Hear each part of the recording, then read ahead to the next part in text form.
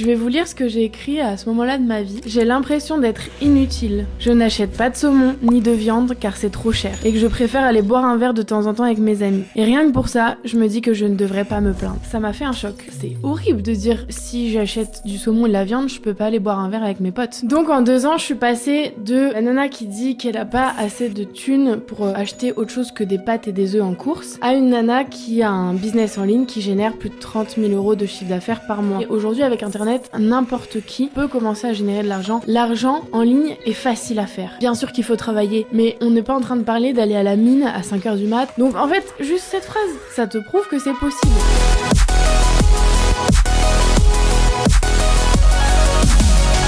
Hello ma queen et bienvenue dans ce nouvel épisode du podcast Strong Girl Boss. Aujourd'hui c'est un épisode un petit peu particulier puisque j'ai mis une boîte à questions sur Instagram pour savoir ce qui vous intéresserait, les sujets que vous voulez que j'aborde dans le podcast, dans ma chaîne YouTube, etc. Et à ma plus grande surprise, j'ai eu énormément de questions sur mon parcours. Qu'est-ce que j'ai fait pour arriver jusqu'ici, qu'est-ce que j'ai fait avant, etc. Et j'étais assez surprise parce que j'avoue que même si je raconte pas mal ma vie dans mon contenu, je fais toujours en sorte que ce soit des expériences qui puissent vous servir, d'en tirer des leçons, etc. Et du coup, je me voyais pas faire un épisode exclusivement sur mon parcours de manière chronologique. Mais au final, je me dis que si c'est une demande de votre côté, c'est que pour vous, ça a de la valeur. Donc, let's go, c'est parti. Évidemment, je ne pouvais pas juste raconter ma life sans devoir en tirer quelque chose. Et du coup, je me suis dit que j'allais un petit peu découper par thématique et que j'allais à chaque fois tirer des leçons de chaque expérience pour te permettre à toi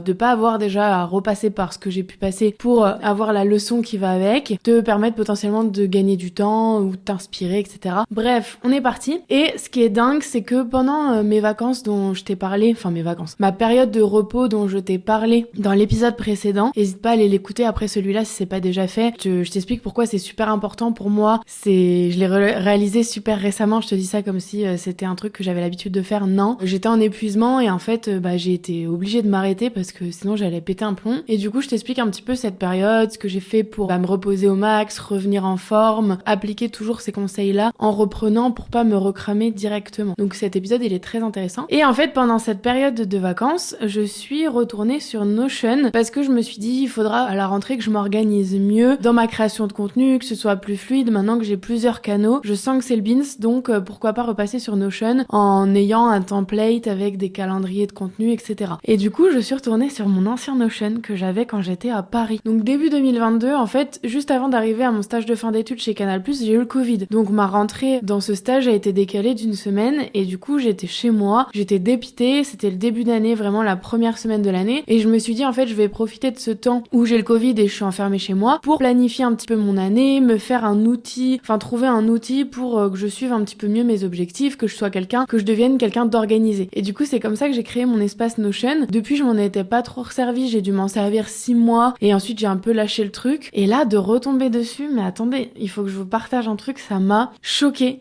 Et je me suis rappelé à quel point c'est important d'écrire un petit peu comme dans un journal intime pour te rappeler en fait par quoi tu es passé. Parce que moi là, dans ma période où ça y est, je gagne de l'argent, vraiment j'ai plein de choses qui se sont accomplies dans ma vie, je me souviens pas forcément des périodes difficiles que j'ai pu traverser. Et en fait, j'ai toujours été quelqu'un de très optimiste et du coup, j'ai tendance, les périodes négatives de ma vie, à très vite les oublier un peu, être dans le déni de ça, pour pas que ça m'empêche d'avancer. C'est impressionnant, je vais vous lire en fait, tout simplement, parce qu'il y a pas d'autre mot. Je vais vous lire ce que j'ai écrit à ce moment-là de ma vie, pour vous montrer à quel point ça a pas toujours été facile pour les gens qui, aujourd'hui, réussissent selon vous, qui vous inspirent, etc. Ils sont aussi passés par des périodes plus compliquées. Si toi, tu la traverses en ce moment, au moins, tu pourras t'identifier à ça et te dire, ok, il y a encore plus d'espoir parce que si elle a réussi à sortir de ça, moi aussi j'en suis capable. Et moi, ça m'a permis vraiment de me dire, waouh, mais le chemin parcouru, qu'est-ce que j'ai bien fait de me faire confiance. Parce qu'en fait, je me suis sortie d'une situation qui ne me correspondait pas du tout et dans laquelle j'étais pas heureuse. Le 14 mars 2022, j'ai écrit « J'ai l'impression d'être inutile, de n'avoir aucun but, aucune mission dans la vie, aucune raison de me lever le matin. Je ne sais pas ce que je veux faire et même si je garde la conviction profonde que je réussirai quoi qu'il arrive, c'est dur. »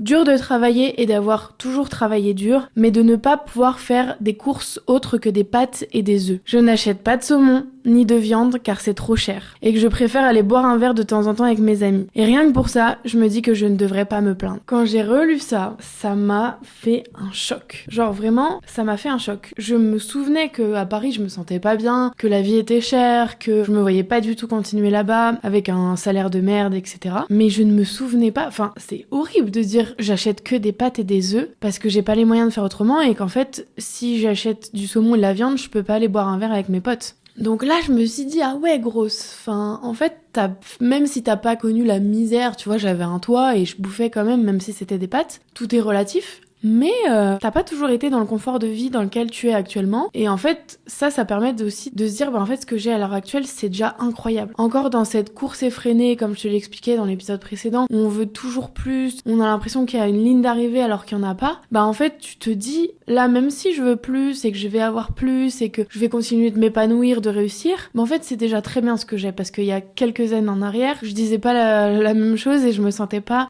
bien comme je me sens aujourd'hui et j'avais pas les avantages que j'ai aujourd'hui. Donc ouais, de relire ça m'a mis un choc et je me suis dit ouais ok, en fait c'est vrai que j'ai un parcours un petit peu atypique, un petit peu beaucoup en mode j'ai eu plusieurs vies. Je me souviens quand j'étais en Suède, je t'en reparlerai, j'ai des copines qui faisaient leur CV, moi mon CV il était déjà fait, prêt, etc. Le CV pour le stage de fin d'études et quand j'étais à l'école je donnais des conseils aux autres, aux étudiants pour parler à l'oral, pour préparer leurs écrits, pour faire leur CV et tout, donc moi j'avais pas de souci avec ça. Je savais faire un CV un petit peu original et c'est d'ailleurs pour ça que j'ai été retenue chez Canal+ dans un premier temps. Et en fait, mes copines, quand elles voyaient mon CV, elles me disaient, mais comment t'as pu faire tout ça? Genre, mon CV, je n'arrivais pas, quand j'étais en cours en école de commerce, qu'on nous apprenait un peu à faire les CV, même si c'était très léger, on me disait, non, mais tu peux pas avoir un CV de 2 pages, c'est pas possible, on lit pas 2 pages de CV. Et moi, je me disais, mais comment je vais faire pour faire tout tenir? Du coup, il y a des trucs que j'avais fait sauter, mais c'était frustrant pour moi, parce que c'était des expériences à mon âge qui étaient ultra enrichissantes. Enfin, c'est à ce moment-là que j'ai réalisé que mon parcours, il était pas super normal, il était très riche par rapport à mon âge. Donc le premier disclaimer que je voulais aborder avant de vraiment rentrer dans la chronologie de mon parcours, c'est que je suis profondément convaincue que peu importe d'où tu viens, ce que t'as vécu, peu importe ton passé, peu importe ce qu'on a pu te dire, peu importe ta classe sociale, peu importe ton métier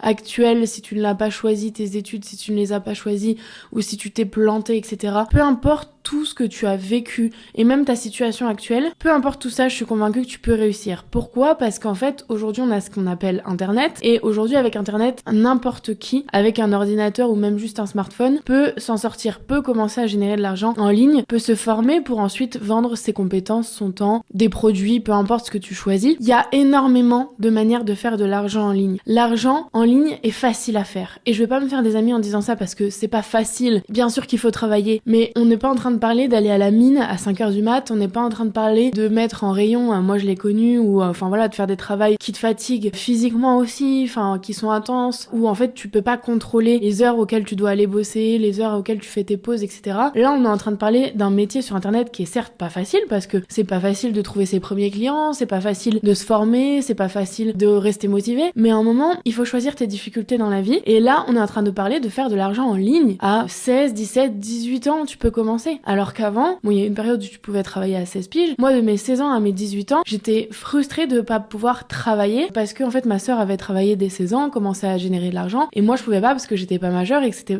illégal. Aujourd'hui, tu peux faire de l'argent en ligne. Tu peux te former, tu peux monter en compétences et tu peux monétiser ta passion, tes compétences, etc. Que ce soit à travers la création de contenu comme je l'apprends dans mes accompagnements, à travers la création d'une offre, etc. digitale, mais aussi à travers, par exemple, être freelance, faire des miniatures YouTube. Aujourd'hui, faire des miniatures YouTube, ça devient un métier parce qu'il y a tellement de demandes, qu'en fait, si t'as une offre, eh bien les gens vont l'accepter. Si tu fais gagner du temps et donc de l'argent à certaines personnes, par exemple moi, en me créant des miniatures qui sont bien faites, originales dans les codes, etc., eh bien sûr que je vais te payer pour ça. Et en fait, à partir du moment où tu réalises que l'argent en ligne est facile à faire, possible, réalisable, peu importe ton passé, ça change déjà quelque chose dans ta manière d'aborder. Il y a plein de gens qui pensent que c'est pas possible, il y a plein de gens qui comprennent pas en fait, mais nous on ne demande pas de comprendre, on te demande juste de faire. Si t'es pas bien dans ta situation actuelle, sache qu'il y a une porte de sortie royale qui est avoir un business en ligne ou vendre ses compétences sur internet. Et en fait, moi je suis convaincue que si j'avais pas découvert cette opportunité, je serais encore à bouffer des pâtes et des œufs et pas de saumon ni de viande pour pouvoir le week-end aller faire des trucs à Paris pour pas rester enfermée dans mon 15 mètres carrés sous les toits quand il y a la canicule, tu vois. Je suis convaincue de ça parce qu'en fait les salaires qu'on me proposait, c'était pas du tout adapté, quoi. Enfin, c'était pas du tout adapté à mon bac+5, c'était pas du tout adapté à ce que j'avais envie de faire. J'avais d'énormes ambitions déjà à l'époque, et je me disais, c'est pas possible, ou alors va falloir que j'attende 10-15 ans pour avoir un salaire à peu près à la hauteur de mes ambitions, parce que je vais essayer de me battre pour avoir des augmentations tous les ans et tout. C'est pas ma vision des choses. Et donc, c'est à ce moment-là que j'ai commencé à vraiment me dire, c'est pas ça que je veux. Et je vais trouver une solution, je savais pas comment, mais je vais trouver une solution pour me sortir de ça et pour être indépendante comme j'ai toujours voulu l'être. Donc en 2 ans, je suis passée de la nana qui dit qu'elle a pas assez de thunes pour acheter autre chose que des pâtes et des œufs en course, à une nana qui a un business en ligne qui génère plus de 30 000 € de chiffre d'affaires par mois. Donc en fait, juste cette phrase, ça te prouve que c'est possible. Ça te prouve que c'est possible. Et arrête de trouver des excuses. Il y a des gens qui vont dire oui, mais il faut de l'argent. Moi, j'ai investi 0 € à la base. Je me suis formée, certes. En fait, si tu te formes, tu vas aller beaucoup plus vite. C'est pas indispensable, mais ça va te permettre d'aller plus vite. Et en fait, au départ, il faut essayer de remettre une partie de ce que tu gagnes dans l'investissement en toi pour aller plus vite et pouvoir générer plus d'argent. Tu peux pas générer plus d'argent si t'en investis pas un petit peu en toi. Mais ça peut commencer par, comme je te l'ai expliqué dans d'autres épisodes de podcast, par acheter des bouquins à 20 balles si t'as pas les moyens de te payer une formation à 200 balles. Puis ensuite, une fois que t'as les moyens de te payer la formation à 200 balles, tu les mets là-dedans plutôt que en achetant des conneries. Et ensuite, petit à petit, comme ça, tu te rapproches, tu prends des coachings à 2000 € et tu continues comme ça d'avancer et de grossir. Mais au tout départ, t'as besoin de 0 argent, juste de ton temps, de te former en ligne. T'as des informations gratuites aujourd'hui sur YouTube. Tu peux devenir community manager, tu peux faire des miniatures YouTube comme je t'ai dit, tu peux devenir, j'en sais rien, monteur vidéo. Enfin, il y a énormément de possibilités et de demandes en termes de compétences à ce niveau-là. Tu peux devenir créatrice de contenu UGC, tu peux devenir créatrice de contenu influence. Enfin bref, il y a énormément de possibilités. Je vais pas revenir dessus, mais c'était vraiment important pour moi de le dire, de le souligner. Tu n'as pas besoin d'argent, tu n'as pas besoin d'avoir une famille aisée, tu n'as pas besoin, tu vois, faut arrêter, faut péter toutes ces croyances des gens qui font qu'ils restent dans leur situation, qui ne leur convient pas, parce qu'ils pensent que c'est pas fait pour eux, parce qu'ils pensent qu'ils ont pas eu la chance. C'est comme les gens qui disent, non, je vais pas commencer sur TikTok parce que maintenant, c'est bouché. Maintenant, il y a trop de monde. Puis je vais pas commencer sur YouTube parce que là, YouTube, ça, c'est fini, quoi. Et puis Instagram, maintenant qu'il y a TikTok, en fait, c'est des excuses. Aujourd'hui, ça n'a jamais été aussi facile de réussir en ligne. Le seul truc difficile, c'est de changer ton mindset, c'est de changer ton état d'esprit, c'est de persévérer, c'est de tester, de vivre des expériences, de prendre des risques, de sortir de ta zone de confort. C'est ça qui est important. Et c'est là-dessus qu'il faut que tu mettes ton intention, ton énergie. Mon parcours, tu vas voir, il est assez atypique. Tu vas voir que j'ai fait plein de trucs, j'ai testé plein de trucs. Encore une fois, ne te compare pas. Inspire-toi, c'est normal si, à mon âge ou même en étant plus vieille, t'as pas fait autant de trucs que moi, t'as pas eu autant d'expérience que moi, c'est pas grave. Ça veut pas dire que tu vas pas réussir. Là, cet épisode, il est juste là pour t'inspirer, pour te transmettre des leçons et te permettre d'apprendre aussi à me connaître, parce que je pense que les gens qui me demandent mon parcours, c'est aussi parce qu'ils ont envie d'en savoir plus sur moi. Mais encore une fois, ne te compare absolument pas, c'est pas du tout le but de cet épisode. Donc je te partage mon parcours avec plusieurs objectifs en tête. Soit tu vas faire des analogies par rapport à ton propre parcours et te dire ah ouais, c'est vrai que moi aussi, dans telle situation, dans telle expérience de ma vie, c'est vrai que j'ai sorti cette leçon, j'ai tiré cette leçon, etc. Deuxième possibilité, ça va te faire gagner du temps. Tu vas pas être obligé de revivre les mêmes expériences que moi pour tirer des conclusions, des leçons sur ce qui toi peut te permettre d'avancer, ce que tu aimes, ce que tu aimes pas, etc. Troisième objectif, c'est aussi de te montrer que chaque expérience de ta vie, peu importe qu'elle ait eu un résultat positif, qu'elle t'ait apporté vraiment quelque chose, qu'elle te permette d'en être là aujourd'hui, malgré tout, même si tu le vois pas, il y a une importance. Chaque étape, chaque expérience va te permettre d'avancer, et c'est vraiment ça que je veux transmettre, c'est qu'en fait, je sais pertinemment que j'en serais pas là si je n'avais pas fait toutes ces expériences, alors qu'il y en a certaines que j'ai pas aimées, et que si je devais refaire, je referais peut-être autre chose. Je prends un exemple. Par exemple, école de commerce. Tu vois, je recommande pas forcément, etc. Mais comme je savais pas quoi faire, j'ai fait ça et ça a très bien été. Et c'est comme ça que j'ai trouvé réellement ce que je voulais faire, que j'ai vécu des expériences, que je me suis engagée dans la vie associative. En revanche, à l'heure actuelle, avec le recul, ce qui aurait été plus cohérent pour moi, mais qui aurait peut-être pas fait que j'en suis là aujourd'hui, c'est que j'aurais pu faire une école de communication. Ça aurait été beaucoup plus ciblé, j'aurais appris beaucoup plus de choses dans mon domaine. Moi, je me suis formée toute seule à la com. Mais si j'avais fait une école de communication, bien sûr que j'aurais appris des compétences, des hard skills beaucoup plus précises, développées qu'en école de commerce. Mais par contre, peut-être que du coup, je me serais retrouvée en agence de com et j'aurais pas du tout créé ma boîte parce que c'est l'école de commerce qui m'a fait aller voir un peu ce qui se passe à l'extérieur. Donc encore une fois, chaque expérience de ta vie te sert à quelque chose. Ne regrette absolument rien. Tire juste des conclusions de ces expériences et fais en sorte qu'elles te servent. Fais en sorte de ne pas les reproduire si c'est des choses qui sont pas bien passées, ou de miser dessus si c'est des choses qui vraiment te font kiffer et te permettent de te sentir réellement toi et d'avancer. Allez, on commence, ça fait 22 minutes, tout va bien, tu commences à être habitué à mes intros qui sont plus longues que l'épisode en lui-même. Non, je pense que cet épisode va être un peu plus long que d'habitude, mais au moins t'auras tout l'historique de ma jeune vie. Du coup, on commence par l'école primaire, le collège, le lycée. Moi, je suis quelqu'un qui a toujours eu des facilités. J'ai pas le souvenir d'avoir beaucoup travaillé. Enfin, si, quand j'étais très petite, on me faisait faire des dictées, on me faisait faire absolument tous mes devoirs, même des devoirs supplémentaires. J'avais des dictées 2-3 fois par semaine, donc c'était pas forcément quelque chose qui était fait à l'école. Et je sais que c'est pour ça qu'aujourd'hui, j'ai pas du tout de problème d'orthographe ou très peu. On m'a toujours poussée à travailler plus que les autres, à ne pas faire d'erreurs, etc. Ce qui me sert peut-être pas forcément aujourd'hui parce que ça fait que j'étais très perfectionniste, je commence à m'en sortir et c'est comme ça que j'ai pu développer mon business quand j'ai commencé à lâcher prise sur tout n'est pas parfait, etc. C'est possible de se tromper. Mais quand j'étais jeune, c'était pas possible. C'était, tu fais une faute, c'est mal, tu recommences jusqu'à temps que tu y arrives parfaitement. Et donc, c'est ce qui fait, je pense, qu'en primaire, collège, lycée, j'ai eu des facilités parce qu'en fait, j'avais acquis des compétences de travail très naturelles, efficaces, optimisées. Je savais aller à l'essentiel, je savais intégrer les choses assez facilement. Je savais, ce qui n'est plus trop le cas maintenant, c'est dingue quand même, mais je savais écouter le prof intégrer pendant le cours pour ne pas avoir à refaire chez moi, alors que pourtant je pouvais discuter et bavarder en même temps, alors qu'aujourd'hui je sais plus faire deux choses en même temps. Mais bon, à l'époque, ça me posait pas de problème. Et donc j'avais énormément de facilité. Et comme je l'ai dit dans un dernier réel qui a pas mal cartonné, j'étais très bavarde. Parce qu'en fait, je pense que je me faisais chier et que du coup, j'avais envie de parler et j'avais aussi envie de faire mon intéressante, etc. Donc, ça m'a suivi toute ma scolarité. C'était très dur à la maison parce que j'avais des excellentes notes, j'étais une des premières de ma classe, mais comme j'avais des problèmes de comportement, je me faisais quand même disputer. Et du coup, j'avais l'impression d'être jamais assez. Comme je l'ai déjà dit aussi, quand j'avais pas 20, ça allait pas. Si j'avais 18, fallait que j'ai 20, etc. Donc, ça fait qu'aujourd'hui, j'ai des capacités et que j'en suis là, c'est sûr. Mais ça fait aussi que j'ai des petits défauts de perfectionnisme, de jamais satisfaite de moi-même, du syndrome de l'imposteur, etc. Ce qu'on m'a appris aussi et que je recommande pas forcément, c'est d'apprendre par cœur. J'apprenais tout par cœur parce que pour ma famille, les personnes qui me faisaient faire les devoirs, etc., si je savais tout par cœur, ça voulait dire que je savais et que j'allais répondre parfaitement à ce qu'on me demandait. Et c'est vrai, hein. Comme je recrachais par cœur le lendemain au contrôle absolument tout ce qu'il y avait dans la leçon, j'avais des excellentes notes. Mais par contre, une semaine après, tu me redemandais ce que c'était machin, je m'en souvenais pas. Parce qu'en fait, j'apprenais bêtement par cœur des choses qu'au final, je n'intégrais pas forcément. C'est pour ça que j'étais d'ailleurs forte en maths. Par exemple, moi j'ai eu mon bac S mention très bien, j'ai jamais su mes tables de multiplication. Mais on s'en foutait parce que t'en as plus besoin. Une fois que t'arrives en bac S, t'as une calculette. S'il faut que tu fasses 3 x 4 sur ta calculette, tu le fais, personne va t'engueuler. Même si à la base, la calculette elle est pas faite pour ça, je m'en servais aussi pour ça et ça n'a jamais posé souci. À un moment, c'est bien de connaître ces tables, mais aujourd'hui, on a des outils qui permettent de s'en rappeler beaucoup plus vite que s'il faut se réciter toute la table, machin. Je trouve que apprendre par cœur, ça n'a jamais été la solution. Et j'ai quand même eu mon bac S mention très bien. Pourquoi ? Parce qu'en fait, quand t'arrives au lycée, t'as beaucoup plus d'exercices pratiques. Et en fait, moi, ce que je faisais,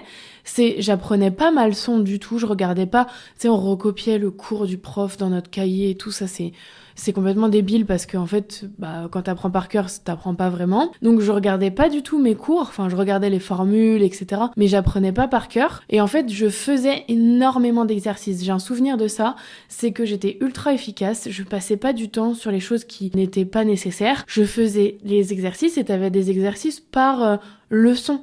Donc en fait, une formule, comment je l'apprenais en faisant 4-5 exercices, en regardant la solution, si je me suis trompée, pourquoi je me suis trompée, et je refaisais l'exercice jusqu'à temps que j'ai la bonne réponse et que j'ai intégré le principe derrière. Et c'est ça qui a fait que j'avais des bonnes notes. Pareil, je me souviens qu'en histoire géo, on avait des cartes à reproduire. En histoire, vraiment, le bac, c'était n'importe quoi parce qu'on avait appris des trucs tout au long de l'année. Et en fait, il y avait que quelques trucs sur lesquels on pouvait passer et il suffisait d'apprendre exactement la disserte qui va avec la thématique pour avoir une bonne note. Enfin, je me souviens que c'était trop bizarre, genre c'était pas du tout de la réflexion, c'était vraiment si tu te souviens de ce que t'as appris mot pour mot, t'as une bonne note. Donc moi j'avais fait ça, enfin vraiment par matière, je me disais ok, dans cette matière pour avoir la meilleure note possible, il faut ça. Pour les maths, c'est les exercices. J'ai beau connaître ma leçon par cœur, non ça marche pas, il faut que je fasse et que je ponce des exercices parce que c'est toujours les mêmes exercices qui reviennent. Le bac vraiment c'était ça, hein. Le bac, il y avait rien de compliqué, c'était tout le temps les mêmes trucs. Donc moi je comprenais pas comment les gens pouvaient ne pas pas réussir. Alors qu'en fait, c'était exactement la reproduction de ce qu'on faisait toute l'année. Et j'ai compris qu'en fait, c'était juste du manque de travail régulier. Et en fait, moi, j'avais pas l'impression de beaucoup travailler parce que j'avais des facilités, mais j'étais quand même ultra régulière. Tu vois, j'allais faire mes devoirs de manière assez régulière, j'allais jamais prendre trop de retard dans une matière. Et du coup, la régularité a fait que j'ai jamais eu de mal sur mes différentes épreuves parce que c'était juste le reflet du travail donné toute l'année. Et ça me fait penser à l'épisode de la semaine prochaine sur l'effet cumulé, on en reparlera, mais tu vois, je l'avais pas analysé, mais en fait je l'analyse là en te parlant que t'es déjà à l'époque de l'effet cumulé. En fait, moi toute ma vie, les gens ils se demandent comment tu réussis, c'est l'effet cumulé en fait de ma primaire, ma petite section jusqu'à mon lycée, j'ai travaillé de manière régulière, pas forcément super intense, mais en fait c'est l'effet cumulé de si tu travailles, en fait tu vas accumuler des compétences, accumuler de la facilité de travail, tu vas pouvoir travailler moins longtemps que les autres mais de manière plus efficace, etc., etc. Donc ce que je retiens de cette période de ma vie, c'est déjà de comprendre pourquoi tu fais les choses. En fait, moi, mon profil à l'école aurait voulu que je continue dans les voies toutes tracées, donc j'étais une bonne élève, donc je serais un bon élément dans une entreprise, etc. Et moi je me suis affranchie de ça direct, mais par contre j'ai dû m'enlever plusieurs freins. On vous dit souvent que les entrepreneurs qui réussissent sont les gens qui étaient derniers de la classe à l'école. Et en fait, c'est pas une question d'intelligence, c'est une question de mindset, encore une fois, tout est question de mindset. Celui qui est dernier de la classe, il en a rien à foutre, il est pas du tout dans le perfectionniste, il a pas du tout envie d'avoir la meilleure note possible, il est pas au bon endroit, il a juste besoin d'être motivé par quelque chose pour se mettre au travail, etc. Moi, c'était l'inverse, j'avais une capacité de travail énorme et je travaillais pour les autres, pour les bonnes notes, pour rendre fiers mes parents, pour que, en fait, atteindre la perfection alors qu'elle n'existe pas. Enfin voilà, j'étais vraiment dans le système scolaire comme il veut qu'on soit. Et du coup, pour entreprendre derrière, quand t'as ça, c'est beaucoup plus dur parce que certes, t'es intelligent, t'es cultivé, etc. Enfin, même si je me considère pas ultra cultivé, mais t'es intelligent aux yeux de l'école et de l'éducation nationale. Mais par contre, t'as beaucoup moins de capacité à réfléchir par toi-même, ce qui va être indispensable quand tu entreprends parce qu'en fait, va falloir que tu prennes des décisions, va falloir que tu crées des stratégies, des trucs. Donc c'est beaucoup plus difficile. Va pas falloir du tout que tu sois perfectionniste quand t'entreprends parce que sinon tu ne fais jamais.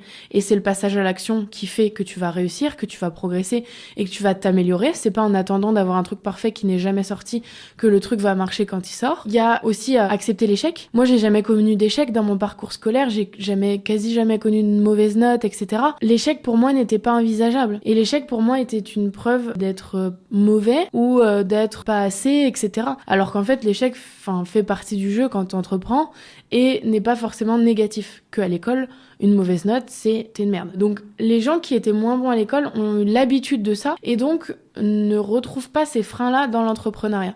Donc moi, c'est ça que j'ai tiré comme leçon, c'est que j'avais beau être forte à l'école, ça voulait pas dire que je serais forte en entrepreneuriat et il allait falloir que je pète plein de croyances supplémentaires que d'autres n'ont pas forcément parce que j'étais dans le moule et que j'avais toujours cette validation de l'extérieur et que nan. Donc les leçons que j'en tire, c'est qu'il faut absolument comprendre pourquoi tu fais les choses pour les faire bien. Il n'y a pas besoin d'être bon à l'école pour réussir. Être toujours le meilleur n'aide pas dans l'estime de soi, au contraire. Ouais, ça c'est aussi super important. C'est que moi j'ai confiance en moi, en mes capacités, mais j'ai une très faible estime de moi. Je m'en rends compte là dans mes thérapies que je suis, dans mes coachings. Pourquoi ? Parce qu'en fait, encore une fois, j'ai basé toute ma réussite, ma valeur sur le regard extérieur des autres. Sur, t'as fait quelque chose, tu obtiens une note. Et la note égale ta valeur. T'es forte, t'es pas forte. T'as un certain comportement, la personne elle va te valider ou elle va te disputer. Ça, c'est synonyme de ta valeur. Enfin, tu vois, j'étais vraiment dans ce schéma-là.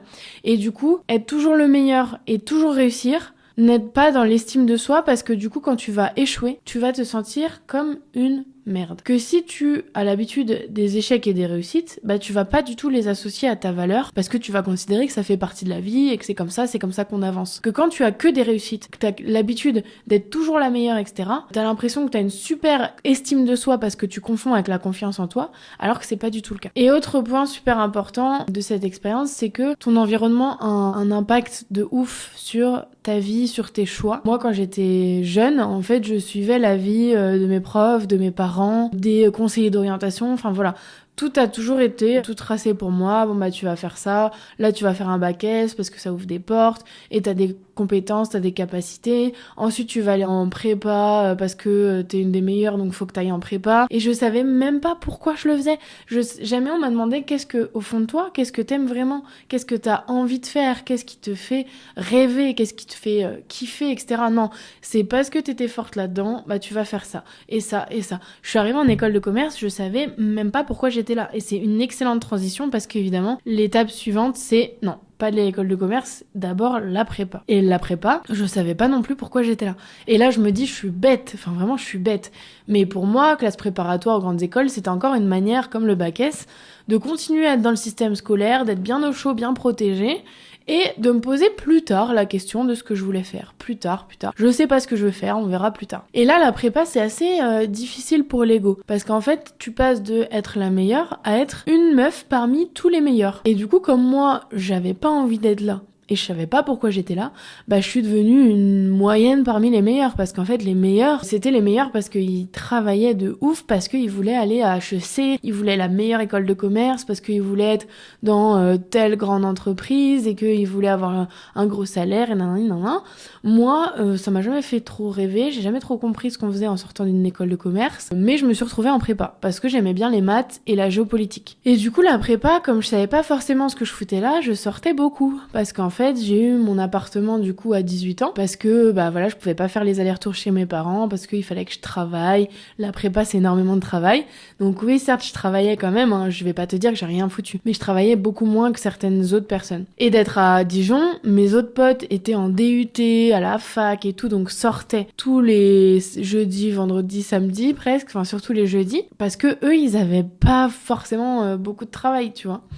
Sauf que moi, bah en fait j'avais pas du tout envie de passer mes soirées à travailler, j'avais envie de passer mes soirées à sortir avec mes potes. Et du coup bah je suis énormément sortie pendant cette période de prépa, et je le regrette pas du tout, parce qu'en fait ce que j'aurais regretté, ça aurait été de me buter à la tâche, de travailler énormément, alors qu'en fait c'était pas ce que je voulais au fond de moi, et qu'en fait je me suis dit mais heureusement que en prépa je me suis retrouvée toute seule, indépendante et libre, parce que j'ai pu faire ce que j'avais envie de faire, c'est-à-dire sortir avec mes potes, profiter de ma jeunesse, entre guillemets, kiffer ma vie, et certes travailler parce que bah, j'avais encore des notions de travail et que je voulais quand même ne pas être parmi les plus nuls, et que je me disais c'est quand même mon avenir qui est en jeu, mais j'avais pas ce truc de je vais tout mettre de côté pour avoir la meilleure école. Non. Je commençais à sentir que j'avais besoin d'autre chose, j'avais besoin d'une vie sociale, et je voulais pas être la tête dans mes bouquins pendant des années, alors que je sentais que c'était là que ma jeunesse se passait, tu vois. Et aujourd'hui, je suis trop contente, parce qu'il y a des gens, quand ils arrivaient en école de commerce, ça faisait 2 ans qu'ils avaient pas vu la lumière, ils ont complètement explosé en val, parce que là, pour le coup, ils ont commencé à sortir, que moi, j'étais déjà habituée. Donc,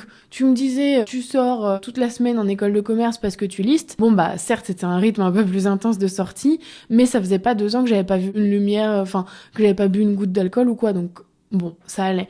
Mais il y a des gens, mais c'était impressionnant à quel point, en fait, l'école leur a roulé dessus, dans le sens où ça faisait tellement 2 ans qu'ils étaient obsédés par la prépa et tout, que, en fait, alors qu'ils ont pas eu des écoles de ouf, malgré tout, s'ils étaient dans mon école, c'est qu'ils ont dû beaucoup travailler pour pas beaucoup de résultats. Donc moi, au final, j'étais contente d'avoir travaillé le strict minimum et de quand même être contente du résultat obtenu. Mais voilà, ils ont explosé parce qu'ils étaient pas habitués à ça, et que l'école, c'est vraiment pas du tout comparable à la prépa.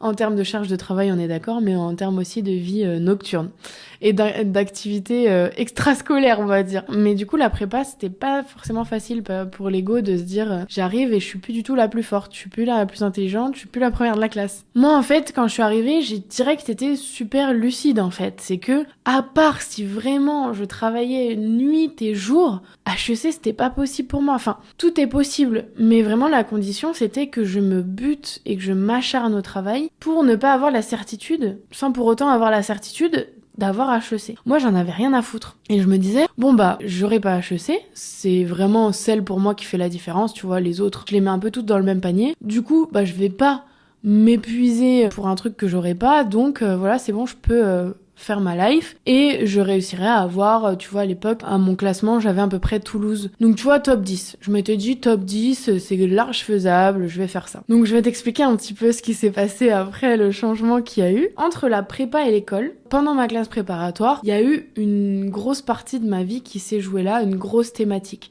Donc on a fait la partie école primaire, collège, lycée, la partie prépa. Oui, j'ai fait de la politique. Et ça, je vois que ça vous titille, je vois que ça vous intéresse quand j'en parle un peu, parce que c'est pas quelque chose qui se voit sur ma tête, c'est pas quelque chose que je partage aujourd'hui, parce que je considère que ça n'a aucun intérêt dans mon business. Moi, j'ai plus du tout d'avis politique, je me suis vraiment dégoûtée du truc, je vais vous en parler là. Mais vraiment, déjà, ça m'énerve parce qu'on me met dans des cases. Parce que je gagne beaucoup d'argent, je suis de droite. Voilà. Et en fait, c'est ça, moi, qui m'insupportait à l'époque. C'est que, il y avait des gens qui se disaient qu'ils étaient de gauche parce qu'ils étaient pauvres, et des gens riches de droite. Enfin voilà, c'était vraiment le raccourci. Et pour moi, la bêtise humaine, elle était là-dedans. C'était qu'on va se taper dessus, on va pas s'aimer, parce que il y en a un qui est riche, un qui est pauvre. Et moi, je commençais à m'intéresser au développement personnel, je commençais à lire Père riche, Père pauvre, justement, que je t'ai recommandé dans plein d'épisodes, donc j'espère que tu l'as lu. C'est vraiment les bases de tout sur la mentalité, de sortir de la rat race, de pouvoir investir, les différences entre l'investissement et les dépenses, entre le passif et l'actif. Bref,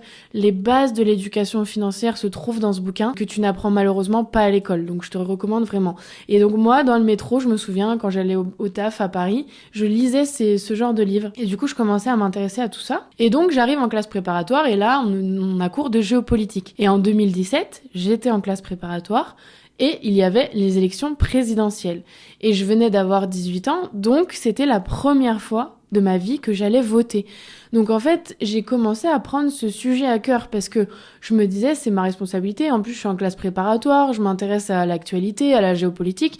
Évidemment que je vais aller voter et évidemment que je vais commencer à réfléchir à mes idéaux politiques, à l'idéologie qui me parle le plus, dans laquelle je peux me retrouver. Et tu sais, je pense que quand t'es adolescent, t'as aussi une quête un petit peu de sens, donc j'étais un peu là-dedans. Et donc j'ai commencé, et à travers aussi ma classe prépa, tu vois, on a commencé à parler un petit peu politique, les différents partis, les différents candidats, et donc je me suis penchée sur le sujet. Et du coup, en fait, j'ai pris le truc à cœur. Je suis allée à un meeting politique du mec qui me paraissait le plus en accord avec mes valeurs, c'est-à-dire l'ambition, là un petit peu méritocratie, enfin voilà, de dire aussi que tu peux réussir de peu importe d'où tu pars et que c'est le travail qui te permet d'atteindre la richesse, que tu peux t'émanciper, que tu peux réussir par toi-même, etc. Et moi, j'avais beaucoup la vision, tu sais, un peu des States, des gens qui réussissent à l'époque. Bref. Et donc, je fais un meeting et là, chaud à l'américaine. Et là, je me dis, quoi? Mais la politique, c'est ça, en fait. La politique, c'est pas des vieux qui parlent et qui se crêpent le chignon et qui donnent envie de se pendre. C'est un jeune, bon, tu verras de qui je parle, mais j'ai pas envie de le citer parce que j'ai plus envie d'être associée aux personnages, aux idées politiques et tout, parce qu'il y a trop de polémiques et je veux pas du tout être là-dedans. Je te raconterai, mais moi, je trace ma route maintenant mais voilà, je me dis putain, un jeune qui arrive, qui débarque, qui veut casser les codes, c'est exactement ce que moi j'avais envie de faire dans ma propre vie, tu vois, de dire mais en fait c'est pas parce que c'est pas blanc ou noir, c'est on peut trouver une voie au milieu, on peut s'écarter des rangs, on peut changer les choses, on peut casser ce qui est établi depuis des années pour pouvoir avancer, pour développer aussi l'entrepreneuriat, pour aider les entrepreneurs. Enfin voilà, il y avait plein de thématiques qui m'intéressaient à l'époque. Et donc je me dis waouh, le show à l'américaine, le truc c'était incroyable. Je sors de là, j'étais comme une folle. Tous les organisateurs, les bénévoles étaient des gens archi jeunes. Donc forcément, je me suis reconnue là-dedans. Ça m'a donné envie, tu vois. Et donc il a été élu. Et là, j'ai eu le sentiment, genre je me souviens d'avoir pleuré devant ma télé et de me dire putain, mes votes ont servi à quelque chose. Et je me suis dit, putain, mais c'est génial, genre notre avenir va changer. En fait, vraiment, je me suis dit, à ce moment-là, la politique, ça change des vies. Vraiment, on va réussir à casser le truc, on va réussir à créer un nouveau système politique, on va réussir à faire que les gens s'entendent un peu mieux. La désillusion totale par la suite, mais à l'époque, voilà, ça me donnait un élan, une motivation. J'avais quelque chose de plus grand que moi et je participais un peu à une cause, tu vois. Et du coup, ensuite, après les élections, je me suis engagée en tant que jeune pour porter un petit peu les idées, pour faire avancer les choses. Très vite, j'ai commencé à prendre de la place dans le parti des jeunes. Donc au début, j'ai commencé, en fait, j'ai créé et c'est pour ça que c'est marrant de raconter mon parcours, parce qu'en fait, tu vois qu'à chaque expérience, il y a des petits trucs qui, mis bout à bout, font ce que je suis aujourd'hui. Mais j'en avais pas forcément conscience. Je m'étais dit, bon, il y a des trucs, voilà, la politique, c'est derrière moi, ça m'a pas servi à grand chose. Enfin, non, je l'ai jamais dit comme ça, mais je me suis pas dit que ça me servait dans mon business actuel, à part l'aspect prise de parole, etc. Mais en fait, je me rends compte que j'ai commencé avec un compte Twitter perso, parce qu'à l'époque, la politique, ça se passait sur Twitter. Donc, je commençais à faire des tweets, j'ai des tweets qui ont super bien marché, on m'appelait le bulldog. Moi, j'étais grave dans le front frontale, tu vois. Mes ennemis politiques, laisse tomber, tu vois, je les clashais de ouf et tout, bref, l'enfer. Mais voilà, à l'époque, c'était sur Twitter, et donc le responsable du parti jeune m'a dit, bah écoute, je vois que tu maîtrises, moi je maîtrise pas du tout, est-ce que tu serais d'accord pour reprendre la com Twitter de notre parti et tout. Et je dis, bah let's go. Et en fait, c'est là que ça a commencé, la com. Et moi, je le voyais beaucoup plus tard dans ma vie, alors que pas du tout. J'ai déjà eu cet aspect très tôt. Je gère la communication de quelqu'un, de moi-même, puis ensuite de quelqu'un d'autre, d'un groupe, d'une organisation. Donc j'ai fait ça, et ensuite je suis passée responsable départementale des jeunes, donc plus du tout que l'aspect communication, mais l'aspect global, gestion des événements. Enfin voilà, j'avais une équipe avec quelqu'un qui faisait la com du coup à ma place, quelqu'un qui organisait les événements, enfin voilà, on avait différents pôles. Et ensuite, je suis passée, quelques mois après, responsable régionale. Donc ça, c'était à cheval sur ma prépa et mon école de commerce. Et du coup, pour revenir à l'histoire de l'école de commerce, on passe les épreuves écrites. Donc en gros, il y a des écrits et des oraux. Donc aux écrits, t'es sélectionné normalement à plusieurs écoles, et ensuite tu vas passer tes oraux dans toutes les écoles et tu vois là où tu es pris, et ensuite si t'as le choix, tu peux choisir, sinon t'es pris dans une école, enfin bref. Ou alors tu peux ne pas être pris nulle part, ça c'est plus problématique. Bref, je passe mes écrits, je me dis c'est bon, j'aurai Toulouse, je me suis dit je verrai, mais why not, Toulouse c'est une ville sympa, je vais peut-être aller à Toulouse. Je passe mes écrits, pendant ce temps-là j'avais un pote qui était à l'école de Dijon, donc j'allais souvent à l'école de commerce de Dijon, je la trouvais sympa cette école, mais dans ma prépa c'était vraiment l'endroit où il fallait pas aller, c'était vraiment, moi je l'avais mis en dernier. Tu vois, dans le classement, en gros, j'avais mis l'école de Dijon en dernier, et tout le monde faisait ça dans ma prépa parce que vraiment, fallait pas aller là-bas, c'était vraiment signe que t'avais pas réussi. Mais par contre, tu la mettais quand même pour pouvoir aller passer tes oraux là-bas et avoir une sorte d'entraînement assez facile parce que c'était sur place et donc t'as pas le stress des transports. Donc tu fais tes oraux là-bas pour t'entraîner et ensuite tu vas dans les autres écoles que tu veux vraiment. Et les écrits se passent, ça se passe pas trop mal. Et là, on nous dit, fuite de sujet, vous devez repasser l'épreuve de maths. Et là je me dis c'est pas vrai, l'épreuve de maths, genre l'épreuve une des plus compliquées, que j'avais pas trop mal réussi, et là une semaine pour réviser et une semaine après tu repasses les écrits. Et là je me dis non, c'est pas possible, impossible de travailler pendant une semaine, impossible. J'étais dans mon lit, j'étais au bout de ma vie, et en fait je remettais ma vie en question. Je me disais putain, mais là en fait je me suis rendu compte à quel point ça y est, c'était fini, j'allais devoir faire un choix un peu de vie, parce que du coup à Dijon j'avais la politique qui prenait de plus en plus d'ampleur, et moi je prenais plus de place, même au niveau national et tout, je commençais à avoir vraiment une présence, et je me suis dit si je change de département, de région, je vais devoir tout recommencer ailleurs. Et j'aurais pas forcément la place que j'ai à l'heure actuelle dans ma région, parce que il y avait de la discrimination dans la politique, il y a de la discrimination positive envers les femmes dans certains partis parce qu'elles sont pas assez nombreuses. Donc en fait, si tu veux mettre autant de femmes que d'hommes et que t'as moins de choix dans les femmes, c'est plus facile pour toi, si t'es plus compétente, de prendre plus de place. Je sais pas si c'est très clair, mais bref, moi c'est grâce à ça que j'ai pris énormément de place en politique, c'est que j'étais une des seules nanas compétences, donc j'allais beaucoup plus vite, qu'il y avait des mecs autant compétents que moi qui pouvaient monter moins vite parce qu'il y avait moins de place, tu vois ce que je veux dire. Donc j'ai eu cette opportunité-là, et je savais que j'allais devoir tout recommencer ailleurs et que ce serait pas aussi simple. Tu vois, chez moi, j'avais des contacts privilégiés avec les députés, avec le sénateur et tout. Je savais que ça aurait pas été aussi fluide ailleurs, et surtout je connaissais pas. Là, chez moi, ma région, mon département, je les connais. Quand tu vas ailleurs, tu peux pas faire semblant. Et en politique, il faut un minimum connaître là où t'es localement implanté. Bref, du coup, je me suis dit pendant cette semaine, mais en fait, moi, j'ai envie de faire de la politique, j'ai envie de continuer.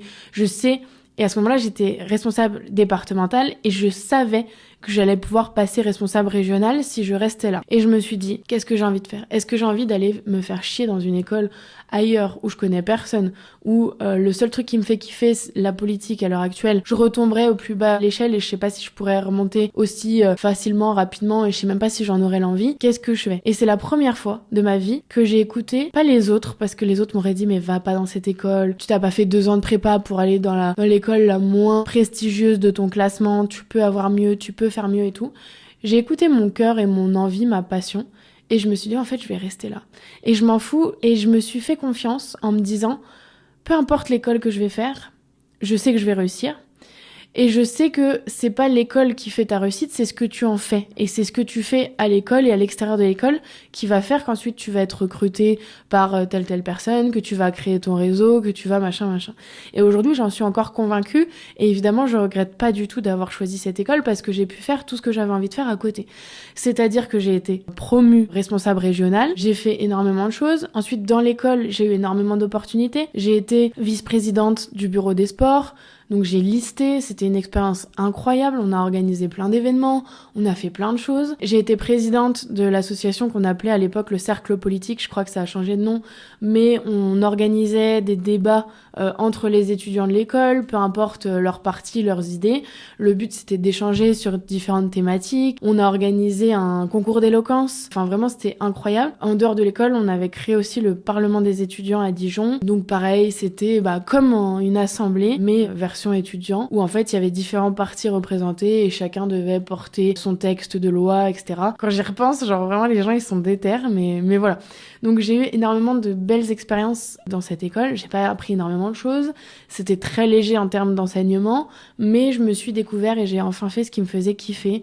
J'ai pris ma place, j'ai osé aussi briller, on va dire, avoir des responsabilités. Voilà, j'ai eu beaucoup de réussite dans ces années-là et du coup j'en suis très contente et très fière et pour le coup je sais que c'est ce qui fait que j'en suis là aujourd'hui, c'est ce qui fait que j'ai autant de facilité à m'exprimer face caméra, à exprimer mes opinions, à emmener des gens avec moi. Je sais qu'il y a beaucoup de gens qui me disent mais t'es super inspirante, tu as une capacité à créer une communauté engagée. Tu vois, en fait c'est juste la réalisation dans le numérique de ce que je faisais en physique. La politique, c'est exactement ça, c'est essayer de convaincre un maximum de personnes, de rejoindre tes idées. Aussi, quand tu te fais élire en tant que personne, c'est aussi une question de personnalité, de personal branding, en fait. Même si t'as beaucoup moins de liberté que sur du personal branding dans le business, ça existe aussi en politique et de plus en plus l'aspect personal branding que les gens vont adhérer, voilà, c'est le mot que je cherchais, adhérer à ta personnalité. Tu vois, ça dépend des élections, mais tu vois, par exemple, le maire, il peut être élu pour ses idées politiques. Enfin, il y a surtout des gens qui peuvent ne pas voter pour lui parce qu'il est sur une certaine idéologie, mais il y a beaucoup de gens qui votent pour la personne du maire, pour ce qu'il est, pour ce qu'il véhicule, pour ce qu'il dégage, le charisme. Puis un maire, tu sais, c'est censé être proche des concitoyens. Donc si le maire t'a rendu un service, tu vas revoter pour lui. Tu vois ce que je veux dire? C'est beaucoup plus de la personnalité que des idées. Surtout dans les petits villages. Dans les grandes villes, évidemment, c'est les partis politiques, c'est ce qu'on va faire pour la ville, en termes d'écologie, en termes de trucs. Mais les petits villages, c'est pas du tout ça. Donc ça dépend des échelles, mais il y a cet aspect personal branding qui est quand même assez important. Et du coup, moi, j'ai continué. Pendant que j'étais en école de commerce, j'ai été candidate sur une liste aux élections municipales et ensuite quelques mois plus tard j'ai été candidate aux élections départementales. D'ailleurs celle qui me regarde, vous allez pouvoir voir une petite affiche de moi. Je montre pas les autres mais bon ça se trouve sur internet, mais voilà madame la candidate aux élections départementales. Donc moi c'est pareil, on m'a proposé, j'ai dit let's go. En fait je me suis dit qui peut dire ça à 22 ans je crois j'avais ou 23. Je suis candidate aux élections départementales, c'est trop kiffant pour le parti présidentiel, tu vois, pas pour un petit parti qu'on connaît pas. Je me suis dit, il faut que je le fasse, tu vois. Et aujourd'hui, encore une fois, je le regrette pas du tout. Et s'il y a des gens qui m'associent à ça et qui veulent pas m'écouter ou me parler parce qu'à une époque, j'avais cette idéologie-là, grand bien te fasse, ça va rien changer à ma vie, y a pas de souci. Mais je trouvais ça intéressant de le partager. Et je suis assez fière du parcours que j'ai pu avoir en politique, même s'il a pas duré aussi longtemps que certaines personnes. J'ai quand même eu des belles victoires et j'ai pu avancer très très vite. Donc je suis très contente. Mais tu vas te dire, pourquoi du coup, si c'était ta passion, si t'as choisi ton école en fonction de ça, que t'as mis autant d'énergie, que t'as eu autant de responsabilités, pourquoi avoir arrêté? En fait, au début, je l'ai fait un petit peu inconsciemment. C'est-à-dire que je suis partie... Donc déjà, les départementales, je me suis dit, ah ouais, là... Une élection, c'est quand même quelque chose, c'est quand même de l'investissement de ouf pour pas beaucoup de reconnaissance. J'ai commencé à sentir que les gens étaient quand même très fermés d'esprit. Enfin voilà, après c'est mon idée, peut-être que c'est pas la réalité, mais je trouve quand même qu'en France on est ultra fermé d'esprit, on n'est plus du tout respectueux des gens qui sont élus, des députés, des sénateurs, etc. Avant, peu importe que t'étais d'accord avec eux, ils étaient élus, donc il y avait une forme de respect. Pareil pour le président. Aujourd'hui, les gens se croient tout permis. Aujourd'hui, les gens, parce qu'il y a la liberté d'expression, considèrent que manquer de respect respect à un élu, c'est normal. Enfin voilà, moi à l'époque où j'étais en politique, les députés se faisaient graffer leur maison, fracasser leur permanence. Et en fait, on est rentré dans une violence, notamment au moment des Gilets jaunes. Là, c'est là où j'ai commencé à perdre espoir. Je me sentais tellement impuissante et je me sentais tellement fatiguée en fait des gens qui sont pas là pour discuter, mais juste pour casser, pour se plaindre, pour remettre la responsabilité de leur vie sur les autres. En fait, je pense que les chemins étaient beaucoup trop différents entre ce que j'étais en train d'acquérir en termes de mindset, en fait, t'es responsable de ta vie, t'es responsable de ce qui t'arrive, et donc tu peux réussir peu importe d'où tu pars et tout, et les idéologies politiques et la confrontation que j'avais dans la réalité des gens qui sont malheureusement dans une pauvreté, je vais pas le nier, mais je nie pas qu'il y a de la pauvreté, mais en fait je les voyais, enfin voilà, quand je voyais des gilets jaunes avec des iPhones et tout, là je pouvais pas, en fait c'était plus fort que moi, avec des baskets qui coûtent une blinde et tout, je me disais mais je peux pas gros, en fait je peux rien faire pour toi si toi-même tu n'as pas conscience de ton déséquilibre en fait. Je me suis dit je peux pas sauver les gens et j'ai perdu espoir. Je me suis dit en fait tu peux pas à travers la politique espérer que le monde aille mieux si les gens d'eux-mêmes ne font pas le travail. Et du coup, forcément, je trouvais plus de sens dans ce que je faisais, je trouvais plus d'intérêt, parce que j'avais plus d'espoir, en fait. Je me disais, les gens qui sont pas prêts, c'est comme maintenant dans mon business, les gens qui sont pas prêts à investir en eux, je ne les force pas. C'est pas le moment pour eux, et peut-être qu'ils l'auront jamais, malheureusement. Mais je veux pas forcer des gens à acheter un truc alors qu'ils sont pas prêts. Et bien, en politique, c'est pareil. Tu peux pas forcer des gens à penser comme toi ou à essayer d'aller de l'avant s'ils sont pas prêts. Et s'ils ont pas le bon mindset pour ça. Et du coup, forcément, je me suis détachée de tout ça parce que je pouvais pas, moi, essayer d'avancer personnellement, de me développer personnellement, en prenant toute la misère du monde de gens qui n'ont pas envie d'avancer au fond d'eux et qui pensent que c'est à travers les autres, les aides, etc., qu'ils vont s'en sortir. En fait, mon développement personnel ne collait plus avec le monde de la politique qui est en fait un monde très tourné vers l'autre. Pour moi, tu peux pas sauver l'autre s'il est pas prêt. J'ai tout arrêté, les infos, l'actualité que je suivais depuis que j'étais en prépa tous les jours, j'avais les notifs et je sentais que ça commençait à me plomber en termes d'énergie, en termes d'état d'esprit. Donc je me suis dit, je me détache de tout ça et je me concentre sur moi et c'est la plus belle chose que j'ai pu faire en fait, c'est le plus beau cadeau que je me suis fait de me dire en fait, t'es trop jeune pour assumer la responsabilité des autres. Il faut que tu apprennes à te connaître toi-même, que tu te développes toi-même. Peut-être qu'après, j'aurais envie de me réengager en politique pour sauver le monde et que je serais profondément convaincue que je peux aider les gens. Là, c'est pas le cas. Je me dis, il faut déjà que je m'aide moi-même, il faut déjà que je me développe moi-même et voilà. Et je me suis dit aussi, si j'arrive à développer un business, à générer des milliers et des millions d'euros, peut-être que j'aurais plus d'impact que si je faisais de la politique et que mes seuls moyens étaient des moyens idéologiques, des lois qui mettent des années à passer. Je me dis malgré tout qu'avec de l'argent, tu peux faire beaucoup de choses. Je me dis, moi j'adorerais créer une fondation, tu vois, et je me dis t'as beaucoup plus d'impact avec de l'argent ou avec du temps et de manière plus personnelle qu'à travers des partis politiques. Donc voilà un petit peu ma vision des choses maintenant et le pourquoi du comment j'ai arrêté la politique. Et il y a aussi d'autres raisons qui ont fait que j'ai arrêté, c'est que dès que tu pensais un petit peu différemment du groupe, t'étais un peu le mouton noir. Dès que t'avais un avis différent, voilà, alors qu'au début c'était pas du tout ça, ce parti il était très très ouvert, c'était le but, mais ensuite ça devenait très fermé. Il y avait aussi un manque de considération énorme pour les femmes, que j'ai ressenti aussi après chez Canal+. Mais voilà, t'avais en fait chez les jeunes la discrimination positive envers les femmes, parce que voilà, les quotas, les trucs, c'était notre parti qui faisait en sorte qu'il y ait des quotas dans l'Assemblée et tout. Mais par contre, il y avait encore des vieux qui étaient là, qui te considéraient pas et qui disaient que t'étais là parce que t'es jolie, quoi. Donc ça me plaisait pas trop. Et voilà comment j'ai vécu ça. Donc ensuite, l'école de commerce, du coup, je t'en ai parlé. J'ai participé à plein d'assos, j'ai fait plein de trucs. Ensuite, dans mon école de commerce, j'ai fait une année de césure. Ce qu'on appelle une année de césure, c'est une année où tu fais des stages qui te permet d'acquérir de l'expérience avant d'entrer dans le marché du travail. Donc ça, c'est quelque chose qui est très bien pour le coup en école de commerce. Je vois les gens qui sont en fac, qui n'ont jamais été dans une entreprise de leur vie et qui pensent qu'on va les embaucher quand ils sortent alors qu'ils ont rien fait et qu'ils ont un CV vide. Ça, c'est pas possible. Genre, pour moi, c'est impossible à l'heure actuelle dans notre société. L'avantage des écoles de commerce, c'est que t'as accès à des stages assez facilement et de toute façon, t'as pas le choix. Et du coup, tu remplis ton CV. Il y a des gens, comme ils avaient fait 2 ans de prépa acharnée, ils avaient jamais bossé de leur vie. Donc, pour trouver leur premier stage, ça a peut-être été un peu difficile, mais au moins, après, ils ont rempli leur CV comme ça. Donc, l'année de césure, c'est fait pour ça, pour avoir 2 stages de 6 mois qui t'aident à savoir ce que tu veux faire, à avoir une expérience professionnelle, etc. Donc, année de césure, moi, je rencontre en politique un mec qui cherchait une chargée d'affaires. Et moi, j'étais allée voir une conseillère d'orientation quand j'étais à l'école parce que, en fait, moi, je voulais faire un stage à l'Assemblée nationale, évidemment. Je connaissais des députés et tout, donc je voulais en profiter. Sauf que à l'Assemblée, tu peux pas faire, ça collait pas avec moi, mon timing de stage. Il y avait un souci, tu pouvais pas, je sais plus si c'est parce que tu pouvais pas faire 6 mois ou si moi c'était à cheval sur les vacances, bref.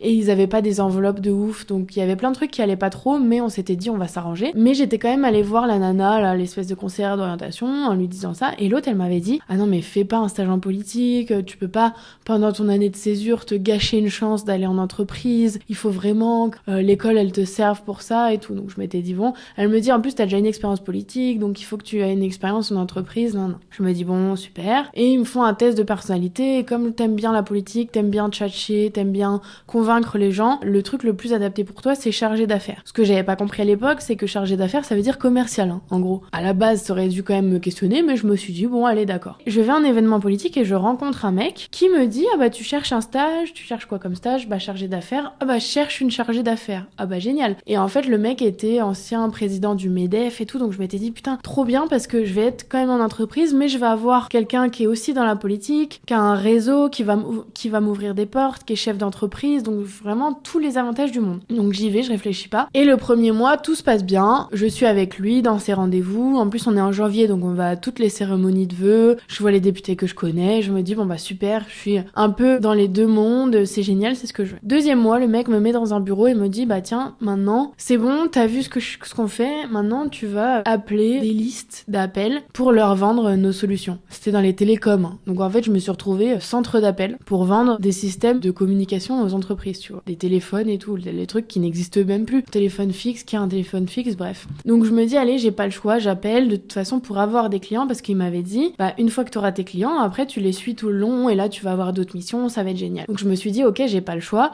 il faut que je passe par là pour trouver des clients et ensuite j'aurai mon portefeuille de clients que je pourrai développer et j'aurai d'autres missions que juste faire des appels. Je fais mes appels, je fais des mails, machin, j'arrive à avoir un gros contrat et là je me dis trop bien, on fait le rendez-vous, les gens trop chauds, un contrat, potentiellement d'autres projets dans d'autres villes et tout, et là je me dis jackpot, je sais en plus combien de contrats avaient été signés, et en sortant, ma maître de stage, elle me dit bon bah c'est génial, hein, je te payerai un resto, que j'ai jamais vu le resto d'ailleurs, et là je me suis dit putain, genre je vais avoir un resto à 30 balles d'un truc que je viens de signer à plus de 20 000 balles, tu vois. Et pour moi à l'époque, je me rendais pas compte que 20 000 balles, quand tu signes un devis de 20 000 balles, tu gagnes pas 20 000 balles, mais voilà, c'était pour dire que ça commençait à me chatouiller un petit peu à ce moment-là, à cette époque-là, de générer de l'argent pour les autres et de pas toucher un pécor. Et je me dis, c'est pas grave, je vais pouvoir gérer le client, je vais pouvoir découvrir d'autres missions.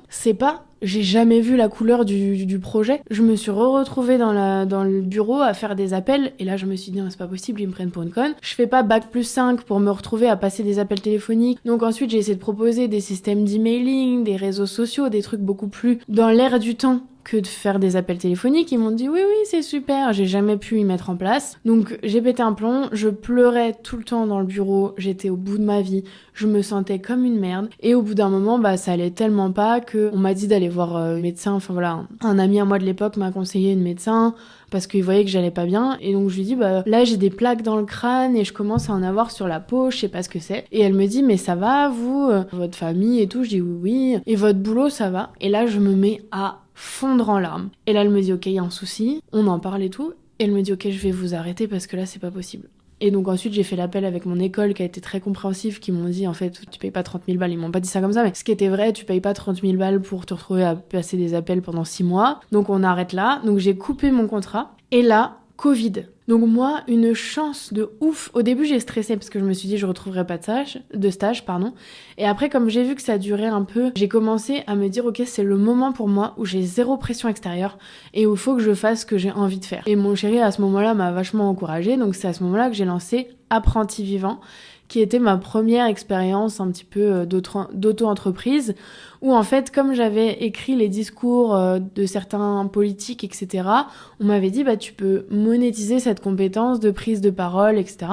Donc, je donnais des conseils en prise de parole. Et c'est comme ça que ça a commencé, Apprenti Vivant. Ce qui est trop marrant, ce que j'aime bien raconter comme anecdote, c'est que mon premier client et mon seul client, en fait, d'Apprenti Vivant, en réalité, c'était mon école. En fait, mon école a vu que je donnais des conseils sur les réseaux, que je lançais mon truc et tout. Du coup, ils m'ont demandé, parce qu'on était en période de Covid, si je pouvais faire des vidéos pour donner des conseils aux étudiants, pour passer leurs écrits, pour passer leurs oraux, pour s'organiser, etc. Donc j'étais devenue un petit peu l'égérie de l'école pendant le confinement, qui te donne des conseils pour obtenir tes concours. Donc c'était assez cool et franchement ça m'a permis, et c'est là vraiment où j'ai réalisé que tu peux gagner de l'argent en travaillant pour toi-même, que tu peux vendre des compétences et que surtout tu peux générer beaucoup plus d'argent en beaucoup moins de temps que quand t'es salarié. Et là je me suis dit, je pourrais plus jamais retourner en entreprise de ma vie, c'est pas possible. Donc ensuite j'ai fini mon stage, mon année de césure en faisant un stage dans la boîte de mon chéri pour pouvoir développer mon truc à côté et pour être sûre d'avoir mon année. Entre Apprenti Vivant et mon départ en Suède, comme j'avais quand même malgré tout besoin d'argent et que juillet, août c'était plus calme, tu vois, l'école, mon seul client s'était fermé, je suis retournée bosser un job étudiant et j'étais au rayon charcuterie à Leclerc.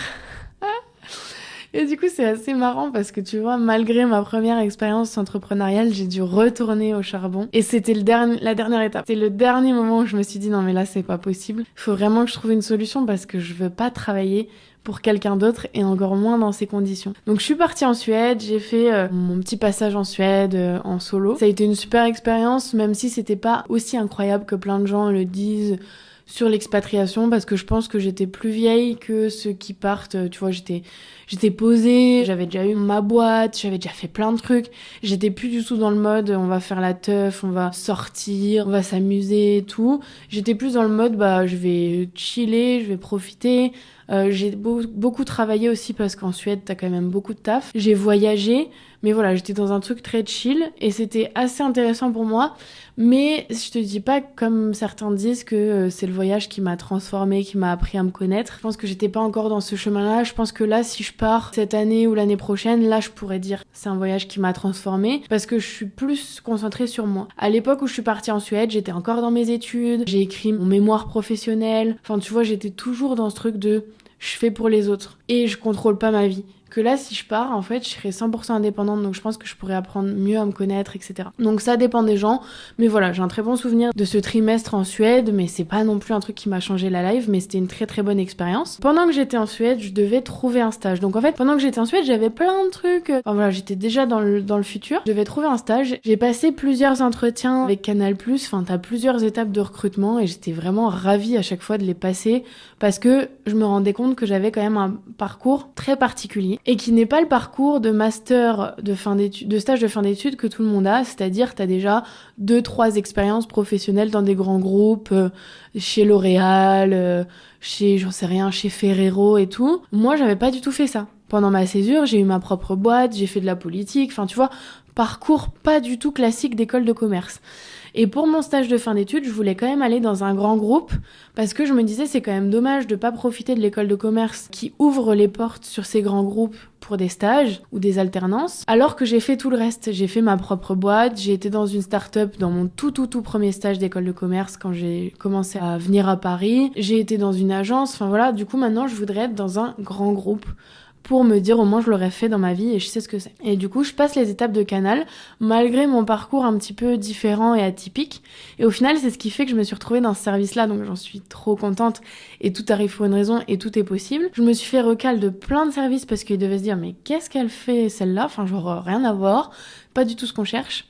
Et j'ai été acceptée par ma maître de stage justement parce que j'avais ce parcours atypique, parce que j'avais bossé aussi les étés pour pouvoir partir en Suède, avoir assez d'argent. Et en fait, elle cherchait quelqu'un de démerde.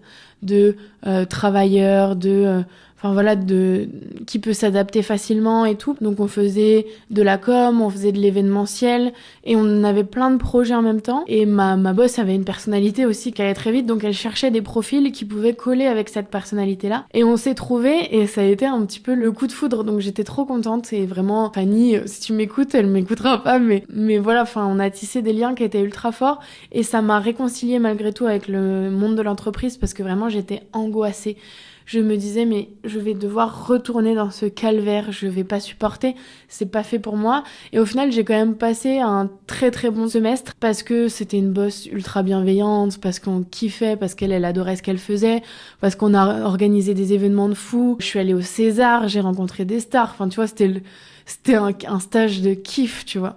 Et même s'il y avait beaucoup de taf et que ça prenait énormément d'énergie, j'ai kiffé. Donc je regrette pas du tout encore une fois, mais par contre je me suis dit bon, ça a encore confirmé le fait que j'ai rien à foutre dans une entreprise, ça me fait chier d'avoir des horaires de bureau, ça me fait chier de devoir quémander une augmentation alors que tes missions augmentent ou que ton travail est bien fait, ça me fait chier d'avoir des gens qui te respectent pas, d'avoir que des mecs au poste à responsabilité, d'être la nana qui distribue les bracelets, voilà. Et je l'avais écrit dans mon journal que j'ai retrouvé là, je m'étais dit c'est sympa, je rencontre des stars, mais je veux que ça devienne moi la star, tu vois. Je veux pas être la nana qui organise les événements, je veux être la nana qui est invitée aux événements, tu vois. Et déjà à ce moment-là, et depuis toujours en fait, je me suis dit ça. Donc c'était une super expérience, mais je savais que c'était pas du tout ma place et que je voulais pas être dans ce monde de paillettes tout en étant dans l'ombre. Et finalement, et on va arriver à la fin de cet épisode qui sera beaucoup plus long que les autres, mais c'était sûr parce que j'avais énormément de choses à raconter. Du coup, je l'ai revu là dans mon Notion, je m'étais mis des petits objectifs en 2022, dont le fait de commencer le CrossFit. Parce que j'en avais marre de faire ces simulas, j'avais pas de place dans mon appart à Paris et je me suis dit je veux pas rester sédentaire, c'est pas possible. Il faut que je trouve une activité et ça va me permettre aussi de rencontrer des gens, de me sentir moins seule, etc. Donc je me mets ce challenge de commencer le CrossFit. Et en fait, c'est là que tout a commencé. Aujourd'hui, je me dis, mais si Val m'avait pas dit teste le CrossFit, tu vas voir, c'est incroyable, je serais pas là aujourd'hui. Genre vraiment, il y a rien qui serait arrivé. Donc j'ai commencé le CrossFit et en fait, à ce moment-là, je commençais à me dire, je suis en stage de fin d'études, il va falloir que je trouve un travail. Parce que je me disais, j'avais pas d'idée de business, je voulais pas reprendre mon business de prise de parole. Donc je me disais, en attendant, il faudra quand même que je trouve quelque chose, même si je sais que je suis pas faite pour ça. Peut-être que je peux trouver quand même un taf qui me plaît en attendant et je verrai par la suite. Donc je m'étais dit, j'irais bien dans une agence. Et en fait, je suivais beaucoup de gens sur LinkedIn et j'ai découvert des mecs qui avaient lancé pendant le confinement une agence TikTok qui s'appelle Slick. Et je voyais de plus en plus d'agences TikTok se lancer et tout, je me disais putain, il y a quand même un truc. Et je me disais, moi je suis jeune et en fait ça pourrait être un truc qui me fait kiffer, pourquoi pas. Je voyais de plus en plus de marques qui se lançaient sur TikTok, je voyais des gens qui se lançaient sur TikTok qui prenaient des dizaines, des milliers d'abonnés d'un coup. Et je me suis dit, là, il y a un truc, tu vois, il se passe quelque chose. Et donc, j'ai fait une visio avec un des gars de Slick qui cherchait quelqu'un pour la partie événementielle, mais c'était tout de suite. Et je lui ai dit, non, moi, je finis mon stage dans 2-3 mois, c'est pas possible. Mais après ce call, je me suis dit, ok, je veux travailler là-bas. Donc, je vais lancer un compte TikTok. J'ai 3 mois pour avoir 10 000 abonnés. Et dans 3 mois, je pourrais revenir vers eux et leur dire, regarde, depuis notre rendez-vous, j'ai lancé mon TikTok parce que j'ai compris que c'était un truc de dingue et que j'ai vu que j'avais pas les compétences encore et qu'il me fallait les compétences pour rentrer dans votre boîte et être beaucoup plus efficace pour vos clients et tout. J'ai mes 10 000 abonnés, voilà ce que j'ai fait en 3 mois, tu m'embauches. Et j'avais déjà commencé à créer mon CV et tout, vraiment. Je pourrais le retrouver, je l'avais envoyé un coup à Adrien, je crois, ou à Antoine. J'avais fait mon CV aux couleurs de Slick, en mettant mon compte, mon petit compte TikTok où j'avais 500 abonnés et tout. Et donc en 3 mois, j'avais mes 10 000 abonnés. Mais j'avais eu d'autres opportunités qui étaient assez intéressantes, mais qui me proposaient des salaires de merde, des trucs. Il y a des gens qui s'en seraient contentés à ma place parce que tu commences, parce qu'il faut des années avant d'avoir mon salaire, parce que c'est normal, parce qu'à Paris, il y a des opportunités, mais que pendant quelques années, il faut se serrer la ceinture. Non, je refuse, je ne veux pas bouffer des pâtes et vivre dans un 15 mètres carrés alors que j'ai fait un bac plus 5 et qui m'a coûté 30 000 balles. Et j'ai très vite fait le calcul de t'enlèves 500 € de prêt par mois parce que je devais rembourser mon prêt, t'enlèves 1000 balles de loyer, il te reste peanut à la fin du mois. Donc j'aurais continué à bouffer des pâtes pendant des années. Donc je me suis dit, je ne veux pas. Et c'était pas du tout aligné avec moi. Je me sentais angoissée à l'idée de me dire ça. Donc je me suis dit, ok, c'est très bien, tu vas pas te forcer. Tu vas rentrer et tu vas voir ce qui se passe. Et j'ai commencé à avoir des marques qui m'ont contactée, à développer encore plus ma communauté. J'ai commencé à avoir des collaborations en UGC et en influence. Et au final, l'histoire, la suite, tu la connais. J'ai réussi en janvier, au moment où je devais commencer à rembourser mon prêt, à faire 4 fois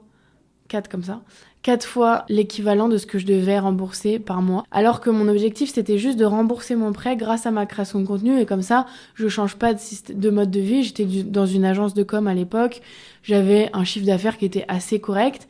Et je m'étais dit, la création de contenu, ce sera un plus pour rembourser mon prêt. En janvier, je fais 4 fois ce que je dois rembourser. Et là, je me dis, ok, il y a un truc. Et je peux en faire mon temps plein, mon métier. Et c'est ça qui me fait kiffer. Et c'est comme ça que je vais réussir à travailler pour moi-même. Donc, je me suis dit, je vais me lancer sur YouTube et je vais partager mes conseils parce que le crossfit, la nutrition, c'était bien sympa, mais c'était ma passion, mais j'avais pas de compétences et j'avais pas volonté de me former là-dedans. Donc, je me suis dit, tes compétences, c'est quoi? Et qu'est-ce qui a fait aussi que t'as réussi aussi vite sur les réseaux? C'est parce que t'as des compétences en communication. Donc, tu vas partager ces compétences sur YouTube. C'est comme ça que j'ai créé mes premières vidéos sur comment devenir créateur de contenu UGC, comment monétiser son contenu grâce à TikTok, etc. Et là, j'ai eu beaucoup de demandes de filles qui me disaient mais je veux faire comme toi, comment t'as fait pour ci, comment t'as fait pour ça. Et c'est là que l'idée de Success Story est née. Et voilà, la fin de l'histoire. La suite, tu la connais, je le raconte dans tous ces épisodes de podcast, mes derniers trimestres, mon chiffre d'affaires, ce que j'ai mis en place dans mon business, je vais pas revenir là-dessus. Là, c'était vraiment pour faire l'historique avant Success Story. Donc là, j'ai créé Success Story en mai 2023 et aujourd'hui, tu sais où j'en suis. Si tu ne le sais pas et que tu me découvres à travers cet épisode, je t'invite à aller écouter les épisodes précédents. Je raconte absolument toutes les coulisses de mon business, de ma création de contenu. Je donne beaucoup de conseils mindset parce que le mindset, c'est la base. Bref, tu as toutes les clés qu'il te faut sur ce podcast.